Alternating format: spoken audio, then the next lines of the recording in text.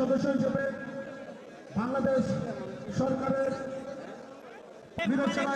আপনাদের মধ্যে নির্বাচিত হয়েছেন মাননীয় সংসদ সদস্য নির্বাচন ইশতেহারে যতগুলো জনগণের কাছে ওয়াদা করেছি বলেছি একটার পর একটা বাস্তবায়ন কাজ চলছে, সেটা আপনি দেখতে পাচ্ছেন। এর মধ্যে খাল খনন কর্মসূচি একটা বিশাল কর্মযজ্ঞ।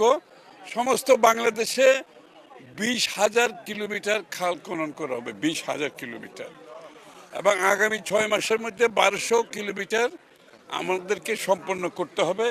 ক্রমান্বয়ে আমরা 20,000 কিলোমিটার ইনশাল্লাহ খাল খনন সম্পাদন করতে পারবো। এখানে 3.5 কিলোমিটার মতো 3 কিলোমিটারের মতো আজকে আমরা শুরু করেছি, বাকিটা ক্রমান্বয়ে আমরা শেষ করতে পারবো। এবং খালের দুই পারে আমরা যে বৃক্ষরোপণ করব, সেটা আবার অর্থনীতিতে যথেষ্ট অবদান রাখবে, এই অঞ্চলের মানুষের জীবনযাত্রার মানের উপর যথেষ্ট অবদান রাখবে। এবং জলবায়ু পরিবর্তনের কারণে আমরা যে বিশ্বে ক্লাইমেটের যে ইস্যুটা আছে, সেখানে আমরা এই গাছগুলো লাগানোর পরে আমরা কার্বন ক্রেডিটের মাধ্যমে সেখানেও বাংলাদেশের অর্থনীতি একটি বড় ধরনের অবদান রাখবে। সবচেয়ে বড় কথা হচ্ছে এই অঞ্চলের মানুষের জীবনযাত্রার মানের একটা বড় ধরনের পরিবর্তন।